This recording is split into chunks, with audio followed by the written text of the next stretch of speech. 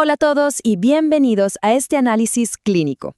Hoy vamos a ponernos los lentes de la psicología de masas y las dinámicas de trauma colectivo para diseccionar un documento realmente fascinante llamado La teoría del perro bravo. Básicamente, vamos a desglosar paso a paso cómo funciona la ingeniería social y cómo se puede someter psicológicamente a toda una población. Así que vamos directo al grano. Para entender esto, imaginen la metáfora central que nos da el texto.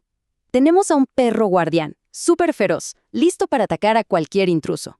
Pero, ¿qué pasa si el ladrón, en lugar de usar la fuerza física, usa la psicología? Bueno, le lanza un pedazo de carne fresca. Si hace esto todos los días, el perro deja de ver al ladrón como una amenaza y empieza a verlo como su única fuente de bienestar. Su agresión natural se apaga. Literalmente, le han hackeado al instinto de defensa. Y como veremos, esta misma lógica se aplica a las sociedades. Nuestro diagnóstico de hoy se va a dividir en 5 etapas: el hackeo de la supervivencia, la ruptura de la autonomía, el síndrome de Estocolmo social, el uso de disonancias y chivos expiatorios, y finalmente el diagnóstico de indefensión aprendida.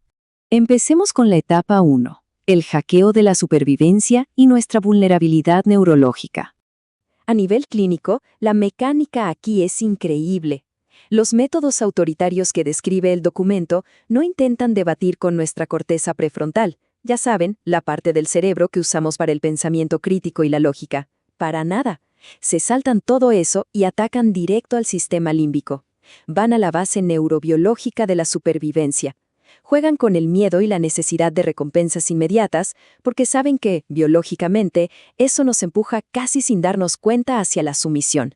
Y aquí es donde entra el famoso condicionamiento operante de V.F. Skinner, pero aplicado a escala masiva. Es decir, se asocia al Estado con algo que la gente necesita desesperadamente, como un subsidio. A base de pura repetición y de sensibilización sistemática, la hostilidad natural de los ciudadanos se va apagando, porque el cerebro aprende una regla muy simple: si me someto, sobrevivo. Es, a todos los efectos, una domesticación científica. Pasamos a la sección 2, la ruptura de la autonomía, o cómo despojar a un adulto de su autosuficiencia. Piensen en la pirámide de Maslow por un segundo. Para controlar a alguien, primero tienes que destruir su capacidad de ser económicamente independiente. Si el salario no alcanza y la productividad se cae, la autoestima también se desploma por completo. Entonces, la psique de un adulto funcional retrocede de golpe a la base de la pirámide. Ya no piensas en autorrealizarte, solo sientes esa urgencia desesperada por conseguir qué comer el día de hoy. Psicológicamente, esto provoca un giro brutal. Pasamos de tener un locus de control interno, esa creencia de que uno es dueño de su propio destino y tiene autoeficacia, a un locus de control externo total. Si destruyes el entorno económico, la gente pierde sus medios de vida y de repente las riendas de su existencia quedan exclusivamente en las manos del mismo sistema que los está oprimiendo. Vamos a la sección 3, el síndrome de Estocolmo social y las fases de laboratorio en Venezuela. El texto analiza de manera imparcial el caso de Venezuela como un laboratorio real para documentar el uso de estas armas psicológicas, y describe un ciclo metódico. En la fase 1, se inunda el país con recursos mientras se destruye la economía real. En la fase 2, se institucionaliza la sumisión usando cajas de comida y registros biométricos. Y finalmente, en la fase 3, se retira gran parte de ese estímulo, hundiendo a la sociedad en una miseria estrictamente controlada. Y emocionalmente, el resultado de esto es desgarrador. Hablamos de la creación de un apego traumático a nivel masivo. Es literalmente un síndrome de Estocolmo social. Se crea escasez a propósito, luego entregan los subsidios a cuentagotas, y eso genera un vínculo cimentado en el terror. La protesta se apaga no necesariamente por la fuerza física, sino por el miedo paralizante a quedar excluido de la única ración calórica que garantice el Estado. Pasemos a la sección 4, disonancia y chivos expiatorios, los mecanismos de defensa colectivos. Claro, cuando llegas al punto en que los recursos se restringen y el hambre aprieta en serio, el riesgo de una rebelión es enorme. Es aquí donde el documento señala que se activa un mecanismo de defensa masivo. La gran pregunta clínica es, ¿cómo hace la mente para lidiar con la inmensa disonancia cognitiva de saber que el proveedor que te da de comer es, al mismo tiempo, el que te asfixia? Para resolver ese cortocircuito mental, el aparato comunicacional bombardea la psique colectiva con el mito del enemigo externo. Hablan de un bloqueo o de una guerra económica.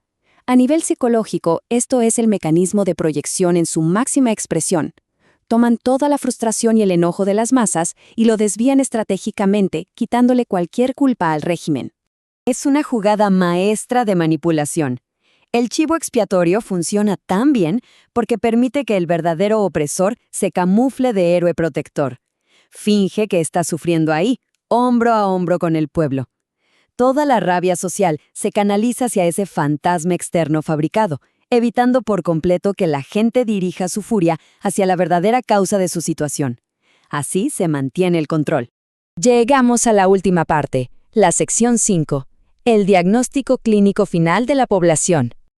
Al evaluar a una población sometida durante décadas a este laboratorio, el diagnóstico más trágico documentado es la indefensión aprendida. La sociedad entera internaliza que absolutamente ninguna de sus acciones va a cambiar la realidad. Viven en un estado de depresión social latente y sufren un desgaste cognitivo brutal. Entiendan esto, cuando tu cerebro gasta toda su energía solo en resolver cómo sobrevivir hoy, no te queda excedente mental para planificar a largo plazo o para la resistencia civil. Tu energía crítica se extingue. Y con esto cerramos nuestro estudio de hoy. Pero el documento nos deja con una reflexión final súper inquietante. Si el autoritarismo moderno ya no necesita grandes aparatos represivos, sino simples ingenieros sociales que sepan administrar el hambre y el miedo a nivel neurobiológico, ¿cómo hace una sociedad domesticada hacia la sumisión para recuperar su impulso natural hacia la libertad? Es una pregunta compleja y definitivamente una que todos deberíamos llevarnos para analizar.